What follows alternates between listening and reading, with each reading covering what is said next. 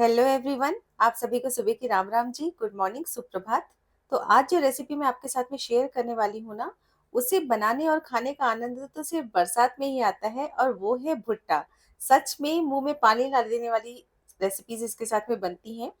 तो कोई भी सब्जी हो चाहे वो फल हो, वो जिस पर्टिकुलर सीजन में आते हैं ना उसी सीजन में सबसे ज्यादा स्वादिष्ट लगते हैं। फिर ऑफ सीजन में आप चाहे बनाए चाहे खाएं पर वो स्वाद नहीं आता है। तो भुट्टे का भी इसी तरह से होता है, आप चाहे इसकी कितनी ढेर सारी रेसिपीज बना दें पर बरसात के मौसम में जो इसमें स्वाद आता है ना वो और किसी मौसम में आता ही नहीं है। तो यहाँ पर मैंने लिए हैं 3 भुट्टे, बिल्कुल ताजे और सॉफ्ट दूधिया भुट्टे लेंगे तो बहुत अच्छी रेसिपी बनेगी। तो आज मैं आपके साथ में भुट्टे की कचौरी की रेसिपी शेयर कर रही हूँ। तो गाइज मैं आपके साथ में ना कचौरी की कई रेसिपीज शेयर करने वाली हूँ, तो मैं एक सीरीज बनाने वाली हूँ। तो बीच बीच में जो भी सीजन होगा उसमें अ, उससे जो संबंधित कचौरी बनेगी वो मैं आपके साथ में जरूर से शेयर करूंगी, बहुत टेस्टी बनती है। तो अभी मैं आज भुट्टे की कचौरी की रेसिपी शेयर करने वाली हूँ। इसके पहले मैं भुट्टे के भजिए भी आपके साथ में शेयर कर चुकी हूँ। तो भुट्टा ना एक साबुत अनाज होता है, बहुत पौष्टिक होता है। तो यहाँ पर तीनों भुट्टों को मैंने अच्छे से छील लिया है और इस तरीके से ग्रेटर से ग्रेट कर लिया है। तो पीसिएगा मत, इस तरीके से ग्रेटर से बहुत आसानी से ग्रेट हो जाता है। अगर सॉफ्ट भुट्टा है ना तो बहुत अच्छे से ग्रेट हो जाता है, पर लेकिन अगर थोड़ा सा सख्त वाले दाने हैं ना तो उसको फिर पीस लीजिएगा। और यहाँ पर सबसे पहले इसका एक डो लगा लेते हैं। तो यहाँ पर 2 कप मैदा लिया है मैंने, उसमें नमक स्वाद अनुसार और आधा चम्मच अजवाइन डालेंगे जिससे कि बहुत अच्छा टेस्ट आता है और डाइजेस्टिव हो जाती है ये कचौरियाँ। और यहाँ पर मैंने 2 कप मैदा के साथ में 1/4 कप घी का मोयन डाला है। तो घी ये मेरा मेल्टेड है ना, इसलिए मतलब समझ में नहीं आएगा आपको, हो सकता है ऑयल लगे पर ये घी है। तो कचौरियों को खस्ता बनाने के लिए हमेशा घी का मोयन देना है। और मोयन कैसे देते हैं, अगर आपके पास मेजरमेंट के लिए कप नहीं है ना तो आप चम्मच से डालिए, पहले 2 चम्मच डालिए, उसके बाद ना इस तरीके से मिक्स करिए अच्छे से और ऐसे मुट्ठी बांधेंगे ना तो इस तरीके का लड्डू जैसा बनना चाहिए। और दूसरे फिंगर से तोड़ें तो टूट जाना चाहिए। अगर आपका ये लड्डू नहीं बन रहा है, मतलब इसमें मोयन मोयन कम है, तो आप उसमें घी और डालिएगा। और या तो फिर अगर आपके मेजरिंग कप है तो फिर आप 1/4 कप आंख बंद करके डाल दीजिए, बहुत अच्छी खस्ता कचौरी बनेगी। और अगर थोड़ी सी मतलब सख्त वाली कचौरी चाहिए तो उसमें तेल का मोयन दीजिए, पर घी का मोयन सबसे बेस्ट रहता है। अब थोड़ा थोड़ा पानी डालते हुए कचौरी का आटा हमेशा एकदम सॉफ्ट लगाया जाता है, बिल्कुल नरम सा आटा। और इसको इस तरीके से पटकते हुए हमको कम से कम 4 से 5 मिनट तक गूंथना है जिससे कि बिल्कुल सॉफ्ट हो जाए। तो आप देख पा रहे हैं बिल्कुल रोटी से भी समझ लीजिए ढीला आटा होना चाहिए, बिल्कुल ही नरम आटा होना चाहिए। और इसको ढक देंगे, 3 से 4 मिनट मैंने गूंथ लिया है और 3/4 कप पानी लग गया है, 1/4 कप पानी बच गया है और इसको आटे को रेस्ट करने के लिए छोड़ दिया मैंने। अब एक शानदार सा कचौरी का मसाला बनाएंगे। तो एक बड़ा चम्मच साबुत धनिया, एक बड़ा चम्मच सौंफ, आधा चम्मच जीरा, कुछ दाने काली मिर्च के और 1 चम्मच कसूरी मेथी मैंने डाली है। इसको अच्छे तरीके से क्रश कर लेंगे, पर दरदरा इसको क्रश करना है। इसको मिक्सी में ना पीसिएगा वरना ना वो टेस्ट नहीं आता। दरदरा जो हम कूटते हैं ना तो जब मुंह में आता है तो बहुत अच्छा लगता है कचौरी में। अब यहाँ पर आधा इंच अदरक लिया है मैंने और 4 हरी मिर्च ली है। मिर्च की क्वांटिटी आप अपने टेस्ट के अकॉर्डिंग कम ज्यादा कर सकते हैं, पर कचौरियाँ ना थोड़ी तीखी तीखी से बहुत अच्छी लगती हैं। तो बाकी हम घर में बना रहे हैं तो हम अपने हिसाब से चीज़ों को कम ज़्यादा कर सकते हैं। तो इसको भी हल्का-हल्का मैंने क्रश कर लिया है। अब चलिए फटाफट से कचौरी का मसाला तैयार करते हैं। तो एक पैन लिया है। अच्छा, ये भुट्टे का फिलिंग तैयार कर रहे हैं ना तो अगर नॉन स्टिक लेंगे ना तो सबसे बेटर रहेगा, तली में चिपकेगा नहीं। वरना बना सकते हैं आप दूसरे पैन में भी, लेकिन उसमें थोड़ा-सा ऑयल आपको ज़्यादा डालना पड़ेगा। इसमें कम ऑयल में भी काम हो जाएगा। तो 2 से ढाई चम्मच मैंने तेल डाला है। तेल गरम होते साथ ही जो हमने कचौरी का मसाला डाला था उसे डाल देंगे। आँच को बिल्कुल धीमा रखना है, बिल्कुल धीमी आँच पे इसको बनाना है। और हींग डाल देंगे। तो हींग लगभग 3/4 चम्मच डालिएगा, बहुत अच्छा फ्लेवर आता है हींग का।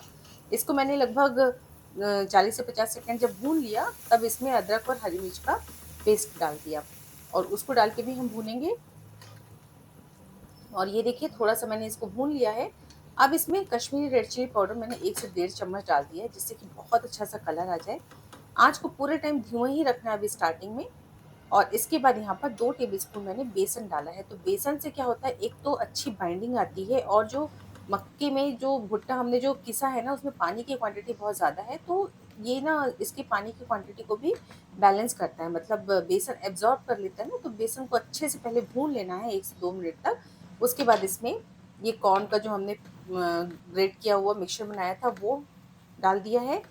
आधा चम्मच काला नमक और आधा चम्मच मैंने नॉर्मल सॉल्ट डाला है। तो काला नमक ज़रूर डालिएगा, इसका ना बहुत अच्छा टेस्ट आता है।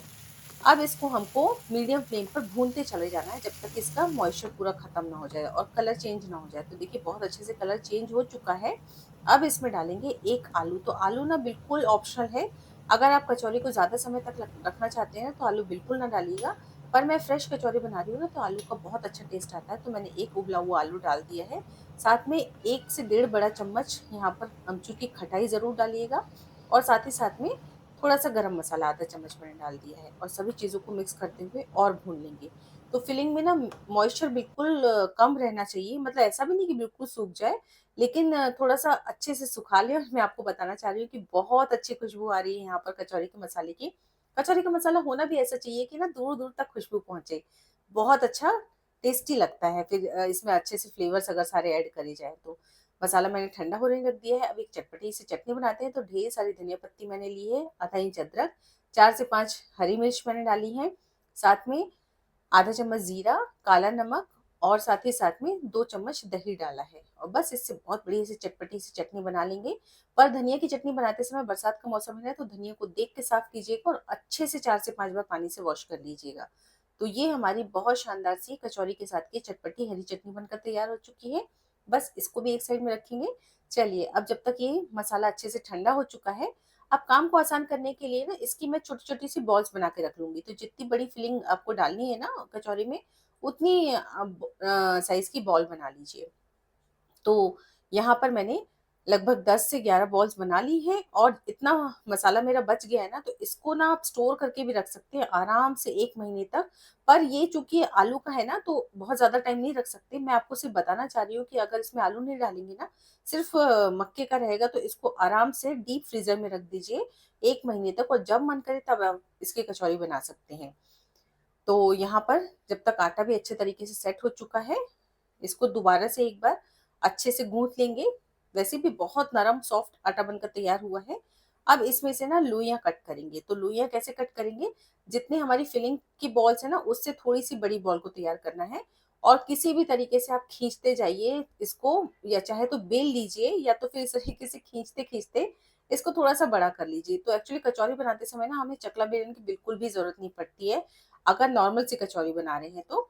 अगर लेयर्ड कचौरी बना रहे हैं तब ज़रूर उसमें थोड़ी-सी चकला बेलन की ज़रूरत पड़ती है और बस इसमें मसाले को डालेंगे, चारों तरफ से सील करेंगे, जहाँ पर भी थोड़ा-सा आपको लगे कि खुल सकता है तो वहाँ पे पिंच कर देंगे फिंगर से और इस तरीके से मसाले को थोड़ा-सा फैलाते हुए प्रेस करते चले जाएँगे। और बस ये हमारी कचौरी बनकर तैयार हो चुकी है। ये शानदार हमारी कचौरी बन गई है। ये एक तरीका हो गया। दूसरा तरीका मैं आपको बताती हूँ कि यहाँ पर एक बॉल मैंने इसमें से तोड़ी है। बॉल की साइज़ देखिए मैं कंपेयर करके बता रही हूँ अब की बार आपको कि जो मसाले की बॉल है ना, उससे थोड़ी-सी बड़ी होनी चाहिए आटे की बॉल और इस तरीके से दोनों हाथों की सहायता से इसको एक कटोरी का हल्का-सा शेप देंगे और बस इसमें बॉल को रखेंगे, चारों तरफ से ऊपर की तरफ दबाते चले जाएँगे और बस ये आसानी से सील हो जाता है। इसलिए कचौरी का आटा बहुत नरम लगाइएगा। अगर ज़रा भी सख्त लगाएँगे ना, तो कचौरी का फटने का बहुत ज़्यादा चांस रहता है। तो कचौरी का आटा जितना नरम लगा सकते हैं ना, आप जितना हैंडल कर सकते हैं जितना नरम, उतना नरम लगाइएगा। और बस इसको इस तरीके से दबाते हुए कचौरी बना ली मैंने। और एक और तीसरा तरीका भी मैं आपको बताती हूँ कि जैसे दिवाली के समय ना आटे के दिए बनाए जाते हैं ना घर में, उसी तरीके से इसको एक बिल्कुल गोल-गोल करते हुए फिंगर्स को इसको एक कटोरी का शेप दे देना है। जैसे दिया बनाते हैं उसी तरीके का कटोरी का शेप देना है। बीच में बढ़िया-सा गैप हो गया है और अब इसमें हम बॉल को रख देंगे और बस बॉल को नीचे की तरफ प्रेस करेंगे और आटे को ऊपर की तरफ उठाते चले जाएँगे। बहुत ज़्यादा आसान है, आपको जिस तरीके से कन्वीनिएंट लगे ना उस तरीके से बस फिलिंग को भरिएगा और आटा तो बहुत सॉफ्ट है, बहुत आसानी से सील हो जाता है। जहाँ पे लगे उस तरीके से पिंच करते चले जाइए, बस सारी की सारी फिलिंग अंदर के अंदर रहेगी, बिल्कुल भी बाहर नहीं निकलेगी और बस इसको दबाते हुए, प्रेस करते हुए हमने कचौरी का शेप दे देना है। तो इसी तरीके से मैं सारी कचौरी एक बार में माफ़ कीजिएगा, बना लेने वाली हूँ और उसके बाद यहाँ पर गैस को ऑन किया, तेल को गर्म होने के लिए रखा। एक छोटी-सी बॉल डालेंगे, देखिए लेकिन बॉल नीचे के नीचे ही रहेगी, बहुत ठंडा-सा तेल चाहिए। ठंडा-सा तेल मतलब थोड़ा गरम होना चाहिए, लेकिन बहुत ज़्यादा नहीं। इसमें कचौरी डालें तो वो काफ़ी देर तक नीचे ही रहे, थोड़े-थोड़े से बबल्स आना स्टार्ट हुए हैं अभी। और इकट्ठी बेझिझक आप डाल सकते हैं इसमें कचौरी 5 से 6, वैसे 4 ही डालेंगे तो बेटर रहेगा, लेकिन देखिए मैंने 6 डाली हैं, उसके बावजूद भी सारी फूलेंगी। अगर आपने आटा बिल्कुल परफेक्ट लगाया है तो।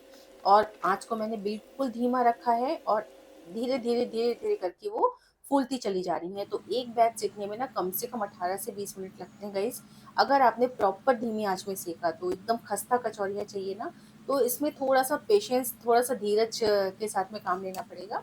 का थोड़ा-सा टाइम लगता है, मतलब मार्केट में भी हम लोग जाते हैं तो काफ़ी देर वेट करते हैं अगर फ्रेश बैच हमको चाहिए होता है, चाहे वो समोसा हो, चाहे वो कचौरी का हो। तो ये देखिए, पलटते-पलटते बिल्कुल गप्पू-गप्पू कचौरियाँ बनकर तैयार हो चुकी हैं। देखिए कितनी बढ़िया फूली-फूली कचौरियाँ हैं और कलर भी बिल्कुल परफेक्ट, जितना आप चाहते हैं उस हिसाब से आप कलर को इसका मेंटेन कर सकते हैं। और बस इसके बाद ना एंड में एक काम और करना है हमको, बिल्कुल हलवाइयों वाला या सड़क किनारे वाली कचौरियों का टेस्ट देने के लिए इसमें हरी मिर्च ज़रूर से डालिएगा, जिससे कि हरी मिर्च का फ्लेवर भी कचौरियों में उतर के आ जाता है। पर कचौरियों में ये हरी मिर्च डालते समय गरम तेल में इसमें एक चीरा ज़रूर लगाइएगा, वरना बहुत चिटकती हैं ये। देखिए मैंने चीरा लगाने के बावजूद भी बहुत ज़्यादा छिटक रहा है तेल। बहुत केयरफुली ये काम करिएगा। और बस इसको, मिर्चियों को तेल में डालते साथ ही इमीडिएट निकाल लेना है, बहुत ज़्यादा इनको तलना नहीं, वरना पूरा तीखापन तो इनका निकल जाएगा तेल में। और यहाँ पर सारी कचौरियाँ मैंने एक बैच की बाहर निकाल ली हैं। इतनी शानदार घर में बहुत पौष्टिक कचौरी बनकर तैयार होती है। भुट्टा खाना भी चाहिए, भुट्टा बहुत ज़्यादा पौष्टिक होता है। ये वज़न को कंट्रोल करने में हेल्प करता है, साथ ही साथ आयरन और खून की कमी को भी दूर करता है शरीर में, और पाचन से जुड़ी समस्याओं के लिए भी भुट्टा बहुत मददगार साबित होता है। तो बहुत सारे फ़ायदे हैं गाइस। तो बारिश में तो भुट्टे की जितनी चीज़ें बना सकते हैं ना, उतनी चीज़ें बनाइएगा। तो ये मेरी प्लेट लगकर तैयार हो चुकी है। बहुत शानदार कचौरी बनकर तैयार हुई है। आपको पास से दिखा रही हूँ। देखिए कितनी शानदार बनी है। अब ये देख के तो ज़रूर आपका भी मन करेगा कि इसे बनाया जाए, और बनाइएगा भी ज़रूर। बरसात का मौसम चल रहा है और मैं इसको आपको फोड़ के भी दिखाती हूँ। बहुत ज़्यादा गर्म है, अभी एकदम से गैस से बर्नर से मैंने नीचे ही उतारी है। पहले मैं इस तरीके से फोड़ने की कोशिश कर रही थी, पर बहुत ज़्यादा गर्म है, फिंगर एकदम अंदर जाते साथ ही गर्म लग रहा है।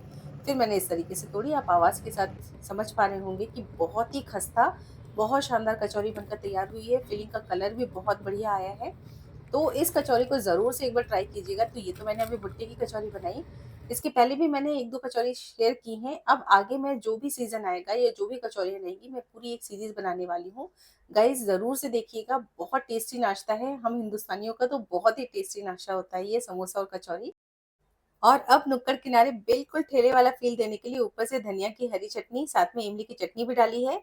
बहुत टेस्टी बनी है गाइस, तो सिर्फ़ देखिएगा नहीं, बनाइएगा भी ज़रूर। रेसिपी अच्छी लगी हो तो लाइक ज़रूर कीजिएगा, साथ में कमेंट करना ना भूलिएगा। तो फिर मिलती हूँ मेरी एक अगली और नई रेसिपी के साथ, तब तक के लिए take care and bye bye.